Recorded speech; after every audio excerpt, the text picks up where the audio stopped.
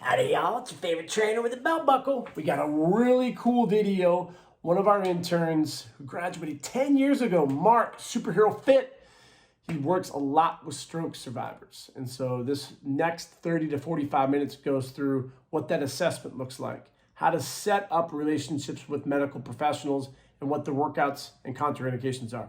Super cool video. Give it a check out. Have a great day, y'all.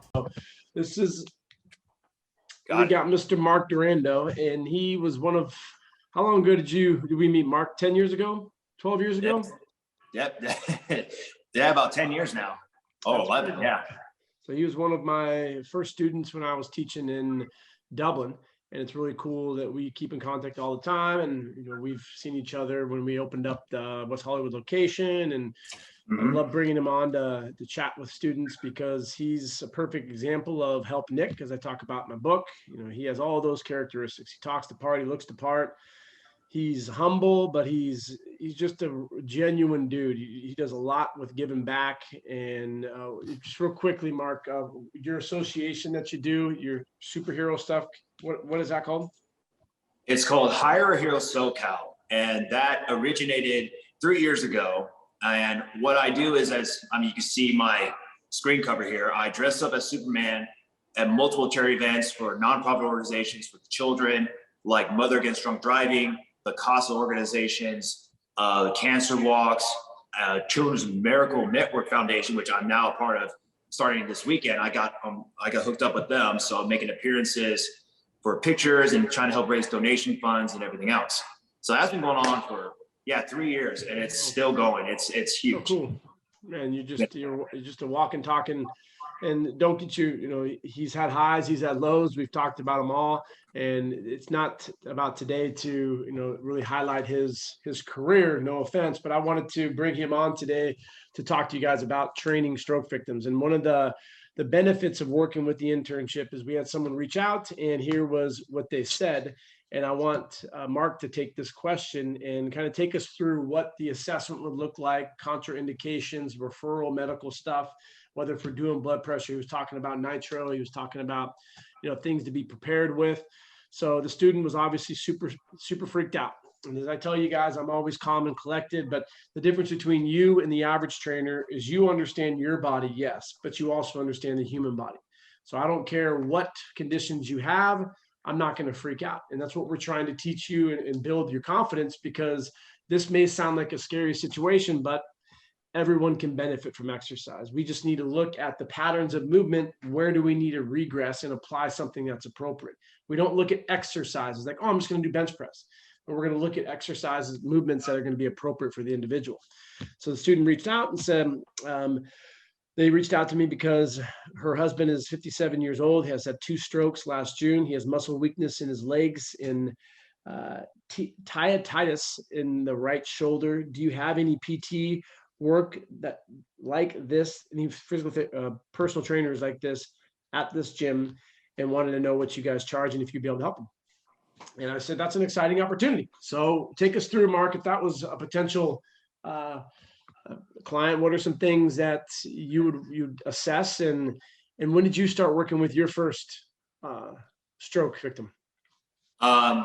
So to kind of give you a little backstory, I was going through like my EMT stuff, so I had many experiences seeing stroke patients from our age group to 20s to 50s and even 60s. So I feel very comfortable taking on someone like this. I met Katie when I moved back from the Bay Area to Bakersfield, California.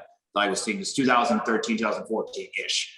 And I met her within the next 6 months after I became a personal trainer at InShape here in Bakersfield, California. She was being trained by a gentleman named Ben, who had functional training experience. And he also was working at one of our local physical therapist centers here in town. So primarily, I asked them, have you gone to see the physical therapist first?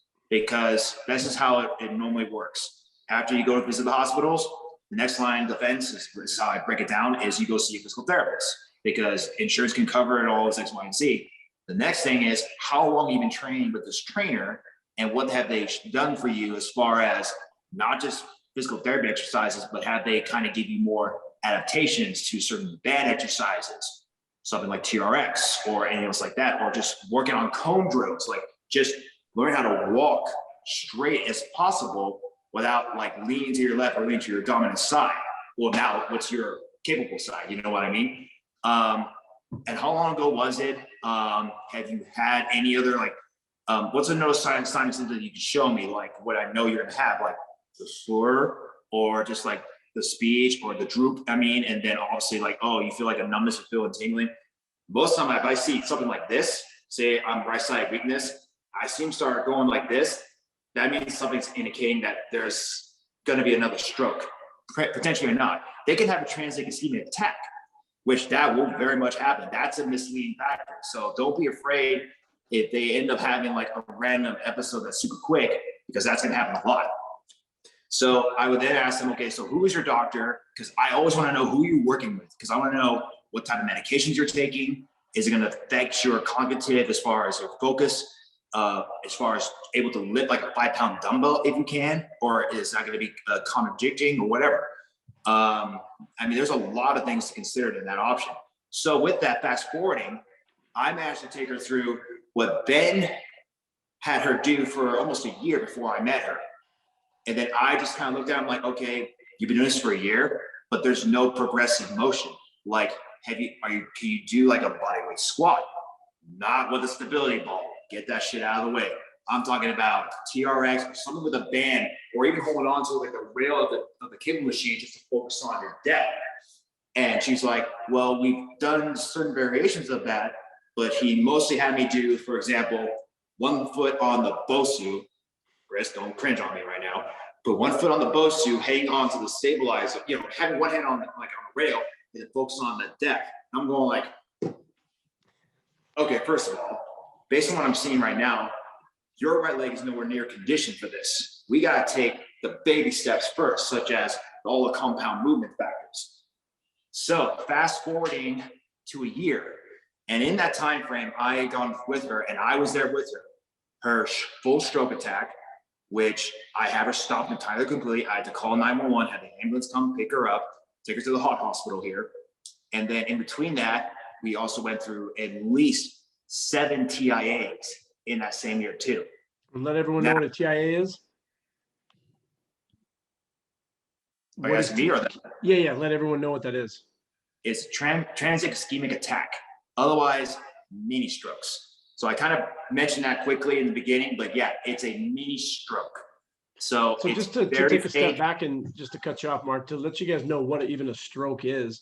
It's going to be a blockage of blood flow to an area of the body. Typically, it's going to be either the heart or the brain, and it's going to affect the opposite side of the body because the brain is going to send signals like that. And so when they do experience something like that, there's, was there something that led up? Because that's a terrible but yet awesome experience to be able to talk through what happened with the client. Was there things that were leading up to it? Mind you, he already had medical clearance. This is all good to go, but the exercise and just life in general, imagine if they weren't exercising, it could be 10 times worse. So being prepared and knowing what to do in that situation. So how did you handle it? Did you notice any signs or symptoms? What exactly happened when that attack happened? So it's like an immediate stop. So as she imagines she was coming back up from the squat, it's like her body freezes, and I can see if the whole body's leaning back or to the side. I grab her and I try to squeeze her shoulder, kind of get some signals like, can you feel me? Okay, I'm talking to her. Can you walk a little bit? If not, I can carry her, which I often have to. And I have the bench close by to me, and the seat's upright, so I have her sit down and then have her trying to catch her breath. But back at this time frame though, and it was very sensitive. It was something out of the normal that just came out of nowhere. Until we figured out it was the hole in the heart valve that just causes a lot of leakage of blood flow. And she had a little skin that was flapping like this. And then I'll get to that in a little bit here, how we managed to fix that. But as soon as that happened, there's also the random her just like gasping for air, just trying to like, I got an elephant just sitting in my chest. Like, I don't know what the hell to do. You know what I mean? So that's one indication too. Or she's done this multiple times to me. She completely passes out. And that's why like we talk about spotting correctly with everything we do from squats and bench. I'm freaking standing right here at any leg exercise or upper body, what we're doing. So I can grab her and then put her down in a safe position where she doesn't compromise falling down, hitting her head, contusions, trauma, any of that stuff. So when this isn't the only person you work with. I know that there was opportunities for you to also connect with doctors and almost like an opportunity to turn this into your specialty. And I think that's a really cool thing to realize why we push you so quickly to start training, because if you would have met Mark, we would used to work out during class. And I remember we'd go in the spa in the steam room at the Dublin, and he trained at the first Show Up there for a while. And if you would have asked him back then, would he see himself like specializing in working with stroke victims, I guarantee you'd have said no way. But it can turn into it by making yourself available, getting out there and training. And notice how there's no fear on his face at all, like he was freaked out. It's like when you're working with special groups, that's just going to be more prevalent. But when you're a smart trainer, you take a step back. He didn't assess her by doing battle ropes and then going onto a Bosu ball. You screen, you learn, get in contact with the professional, the doctor, the therapist, create a team around you. And then the best thing that he said so far was you observe. So what can you do? And you're going to get a lot of data just when they come in and sit down. Are there, little shakes? Are there, numbness to the face? What is it? You're observing, and then you ask questions. You don't make them feel like they're a leper. Or it's like, great, I'm really excited to work with you. We start out really regress. We will get stronger. As with anything in life, you need to progressively overload. So prior to Mark, she was working with a coach, trainer, whatever, for a year, and we didn't see that much progression. I wonder why, because there wasn't progressive overload. We were too busy balancing on our Bosu balls. And when you do that, people will, and this is where the anecdotes come in, where you could have someone who had a stroke in the past and they did some Bosu ball work and now they're reporting it helped with them. Well, maybe just the fact that they're moving helped with them. And so it's not to knock any type of strategies that people are doing, but you want to be able to provide an environment that's optimal for the person to progress, feel better, and live a life that's with activities of daily living that are normal for them. And so why don't you talk us through a little bit about the connections that you have established within the medical community because of the experience that you began to get with this? Yeah, it's actually a very good topic to talk about, because it was kind of 50-50 for a little bit.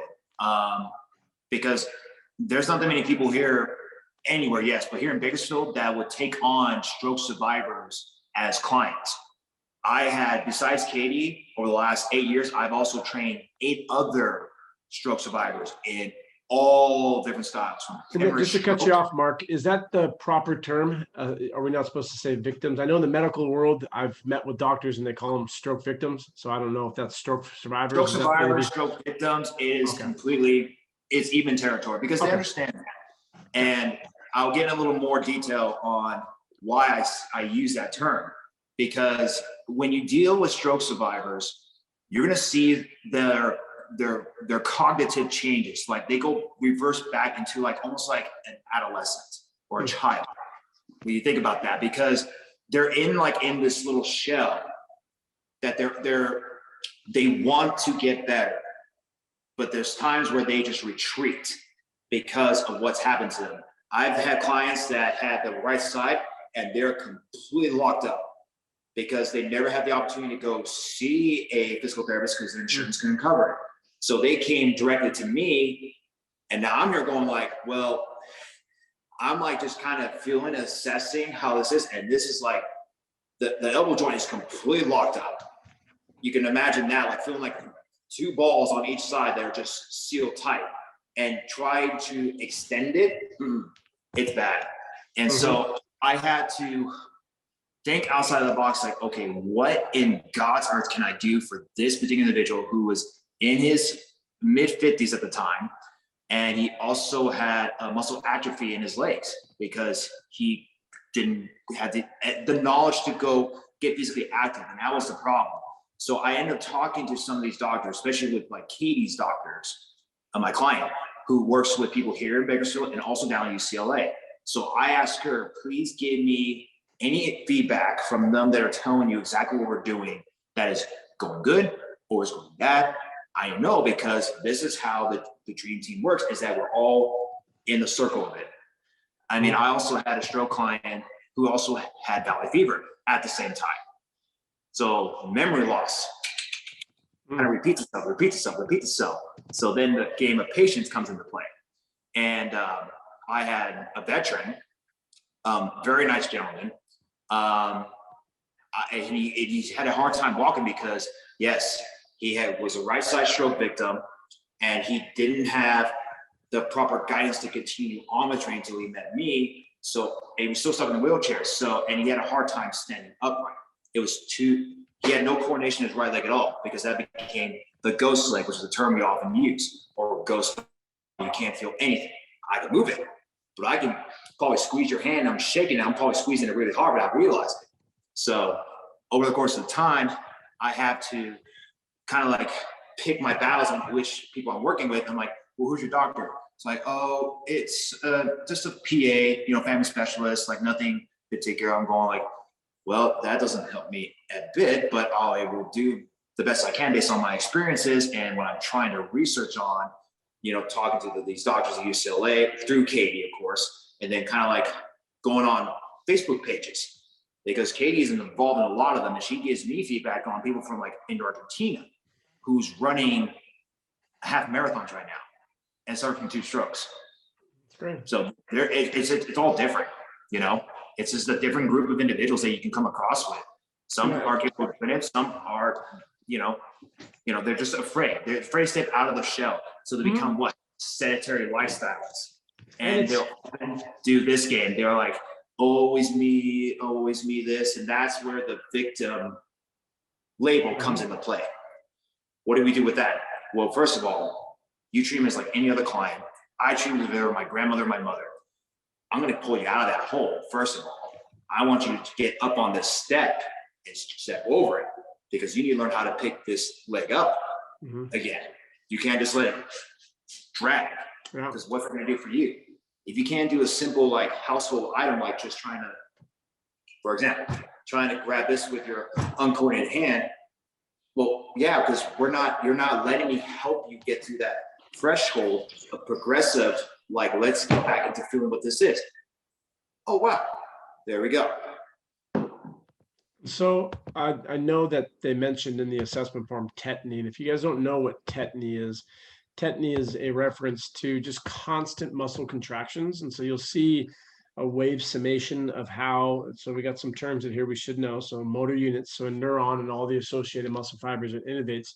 So you're going to have this wave summation where you have a contraction and relaxation process. And so when tetany, anytime you see something that looks like this, tetany or tetanus, it's making reference to constant muscle contractions.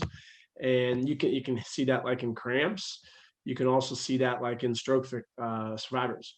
And so have you talked with many people, or can you share your insights on what that is like, and what is it like to help people reverse that process? Is it something that is reversible, or just talk to us a little bit more about that experience? Because that's a common one. Again, you're not going to be concerned about it. It's just part of the symptoms that are associated with stroke. Yeah, it's still one that I haven't had much time with these individuals to really find it. I know with the time that I did have, I did notice over the course of time, yes, some of the joints were loosening up, like in the fingers, like, okay, we're got maybe like a half an inch open, but that's because I'm taking a certain approach. So I'm not going to affect the nerves or over, strain the joints because they're so locked up. And so, because Katie has been my longest one. She's been around. We talk about having your loyalty of clients that you want to keep. Well, she's one of them. Unfortunately, the ones that have come and gone have either moved out of the area, or some have just completely thrown the towel, and some unfortunately passed away. It just happens. That's just the life of what we have to always be prepared for. So I can't give you a straight answer to that. Only based on what I know is that it's a process. It is a extremely long process. I can only say like maybe seeing a joint bone specialist that could potentially help you out with that. But it's just, it's still an area that I could really wish I had more time with. And I'm still trying to get the word out there for any stroke survivors out there. But now with COVID, it kind of made it very sensitive for some, just for their immune system and everything else like that, as we all know. I wanted to pull this up right here, Mark, to see if you could take us through like what this was your client. Say what we were to observe you work with this 57-year-old client who comes in. Obviously, the first thing we would need is some type of clearance to make sure everything is good to go. Medical release from the least, if it's been if it's been years, I would just always take it as an opportunity to reach out and connect with someone in the community. And you're just going to show yourself as a professional. So when people ask, like, should I get clearance? My answer is always yes. I don't care if it's just a little bit of high blood pressure or a frozen shoulder or whatever. Just take it as an opportunity, because that's a warm lead now to start working with a medical professional who didn't know about you before. So then you reach out, you're professional, you communicate thoroughly and well, if it's through email or on the phone. Try to schedule an appointment where you can come and meet with them and learn more about it. I know because of HIPAA, they can't tell you certain stuff, but you can learn about that individual. And then you can set up connections, try to get them into your gym, train them. I'd love to train you for a month for free so you know how I work, because we have this stereotype as trainers that we're just a bunch of fucking idiots and we're just going to smoke people. And so once that medical professional sees that you're knowledgeable, and they're going to start referring you people. So you could have a doctor refer you. If you have a specialist, like he was talking about UCLA, and you're in the area, they're seeing 30, 50, 100 stroke survivors a month, maybe more. So then that could be a funnel for you. So always take it as an opportunity to establish yourself. So get the clearance and then some assessment stuff. So maybe you want to do blood pressure, if you want to do grip strength. I don't know if you do those or what type of resting measurements, if any, do you do, Mark? Yeah, no, I still always pursue the blood pressure cuff for sure, because I need to know like where they're at as far as normal levels, or if they have on any type of blood medication, especially with blood clots. That always affects the flow of the heart valve and everything else that goes with it, especially to the brain, which is going to be the other main center. I also, for my movement assessments, I just like to see how they walk. I want to see the foot drag, or are they compensating for their now new dominant side, whether it be the left or right, and then also seeing how they're positioning their bodies. Now, as far as movement goes, like doing squats and stuff like that, I tend to avoid that, because that is something that I will pursue later on. I just need to know how they're walking. Can they even lift their foot up properly? Yeah, exactly. Hypertension, anything else along those lines. That's also very good indicators.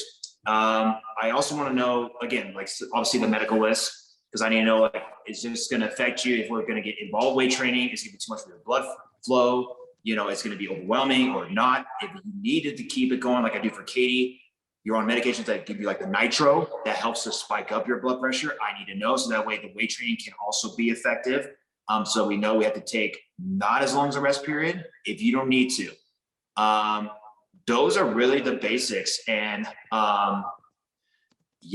and everything else is just, you see as you go, because it is so unpredictable what these clients can show you. It could be something different each day. They can have a solid week straight, be totally fine. And then all of a sudden Monday comes, your skin looks very pale. Are you okay? And they'd be like, yes, I'm okay. I'm like, all right. So how do you handle that? I kind of like trick them, like, okay, let's just do a light warm up. I kind of make them feel comfortable with that, but I have them do like certain calisthenic movement to see how they do with their blood pressure, aka my favorite is using the squats. Always good indicator. Do not go with like a dumbbell deadlift exercise, anything else like that. That's asking for a disaster. Especially, they're very pale, their blood pressure could be low. Let's get your body warmed up. Let's get the blood pressure going. You might have been in a stuffy room that could be affecting your oxygen levels, your lungs, anything along those lines. Freeze ups for sure. Or even why don't you talk to us a little bit more about your oxygen levels? Is that something that you're checking with them, or? Yeah, I mean, for like stroke clients like Katie, I always just kind of assess her, how she's talking. If she's talking very faint, that's how it's my indicator. I had an oxy, meter, but I got to get a new one. It's finally busted. There's that, or speech. So real speech. quickly, Mark, is that like the same stuff that they mentioned with, I know they bought a bunch of those during COVID because they said like if it drops below a certain oxygen number on your finger, then they say go to the doctor if it's like less than 90. What levels were you aware of or were brought to your attention? Well, for her, I mean, it was definitely in the safe ranges. I mean, the last I checked, like the one that kind of let me alarm was that it jumped to like 111, you know, along those lines. But Okay.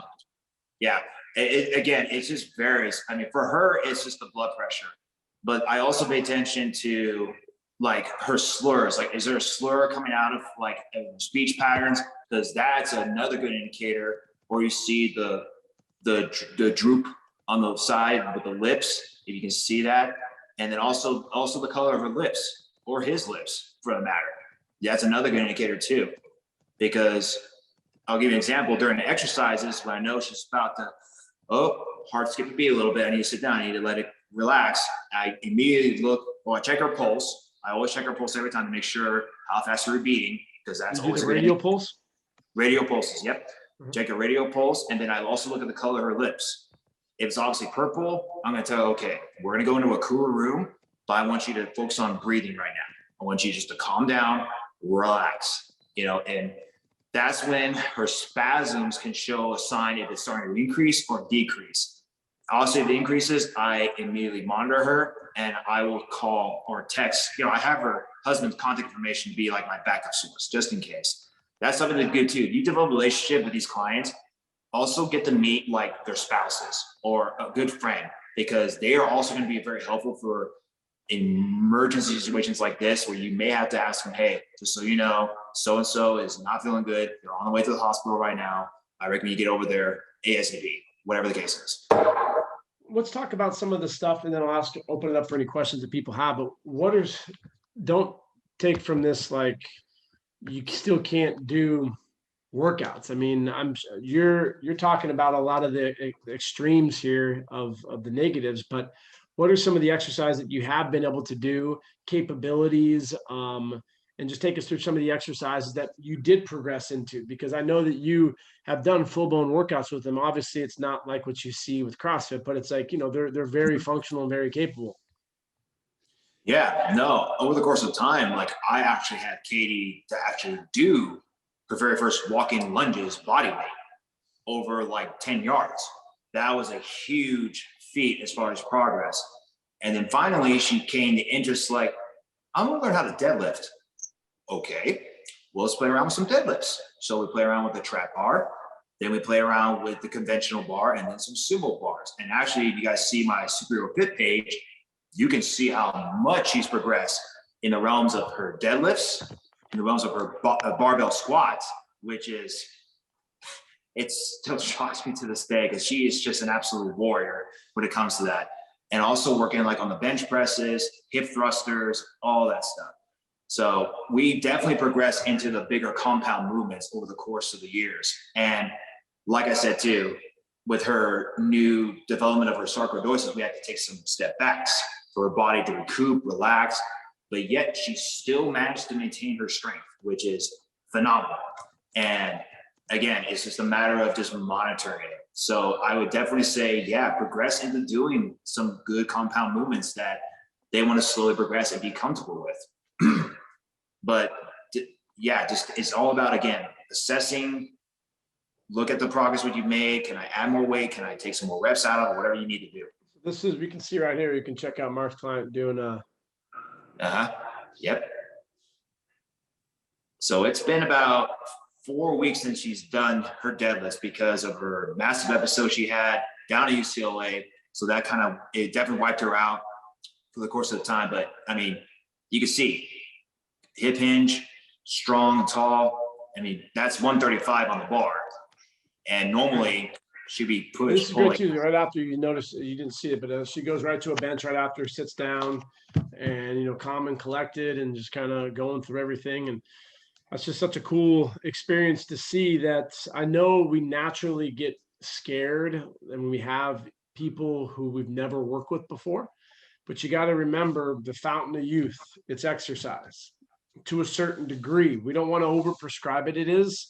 It's almost like this perfect example is the poison is in the dose. It's the same with exercise, where exercise is beneficial for everyone. But if you're a stroke survivor, the intensity of those workouts are going to need to bump back.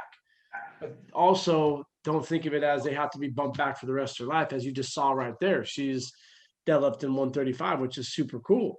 And I guarantee you that her life quality and longevity is going to be greatly influenced in longer due to her working with Mark. So it's such a cool, just experience to be able to talk to someone who's worked with it, and then you can see where they're at. So to kind of summarize, and I'll open it up, and then Mark, you can obviously answer any questions, but we have an opportunity to help someone in front of you. You assess, you listen, you watch. Gait is just watching how they move. You can have them stand up. Do they have something with them, like a cane or some type of stroller? What do they depend on? Make sure that you get medical clearance, connect up with their significant others, follow up with them the next day, go above and beyond when it comes to that professionalism, improve your networking opportunities. When it comes to cardio on the back end, I don't know if you suggest steps or what's something like when they're not with you that you suggest. I suggest what's comfortable for them, such as like a seated bike exercise. But again, remember that they are also very sensitive to like stuffy air environments. So you gotta make sure, are they under a cooling fan? So treadmill is a good one to a certain level degree. Like don't have them go like 4 miles per hour. Just do a simple 2.5 and then a slight little incline, get the heart pumping a little bit. Mostly treadmills. I don't recommend the Stairmaster at all. That's just straight up overkill in my personal opinion. So treadmill, elliptical is good. That's a very good one to use because it's just, they're stabilized and they're just focused on the movement pattern from there. Mm-hmm. And then when it comes to HIIT training, I know that might be on the back of your guys' mind. I don't recommend it because I need to be there and assess what are we doing exactly. Like you just said, battle ropes, straight up overkill, sled pushes, that will definitely put her flat on the ground. You know what I mean? Don't get me wrong. We did get to that next step where she did do it. And she went back and forth 2 times with 225 on there. But that was when her body was in a good state. Then unfortunately, as her body just kind of got sensitive to strokes, it led to the next step and so on and so forth. But yeah. So you just see when you take a step back, it's you assess, progressively overload, constantly reassess. So obviously 225 sled pushes on the first day your client comes in, no, but you've been working with someone for 5 years. That's what's so cool to see, that's what happens when you implement a strategy over a time period. And you're going to get results and you're going to get stronger. And a lot of it's driven by your clients. Like she's the one who initiated, like, I want to deadlift. Cool, let's deadlift. Notice what Mark did. He started out with the regress version. Let's just see how you hinge. Okay, good. Let's go into a trap bar. Okay, good. Let's go into a sumo. So this is what's important to understand is this comes with experience, but you guys are able to have a professional in front of you who's been doing it. But even 10 years later, I could be wrong, but from the way that he's talking and everything, it's not getting old to him. He's still enjoying what he does, and he's still putting in the effort and learning, and he's doing a great job. I am curious to what is win the day, Mark? Win the day? Oh, so this is a gas apparel that I'm a brand ambassador for, but I love the slogan because it's actually Oregon University slogan for the Ducks. Okay. So this is a good thing to kind of remember too. Like she comes in to win the day. Why? Because remember this too, guys, you're saving their lives. You're saving their quality of life, and they will be beyond appreciative for you for the rest of your life because you are not, this bullshit stereotypical trainers. You're going beyond the call of duty to do something that's far beyond the normal boundaries, especially in the realm of the personal training that people just don't want to touch. It's too sensitive. Whatever she does pass out, oh my God, liability for me. I'm like, no. We need to get comfortable with the uncomfortable and stepping into that realm to help out these individuals. Love it. So I want to open up the floor for anyone that has any specific questions or just curious about, it could be life as a trainer, whatever. So Mark's the man. He's here to help you guys. So ask away.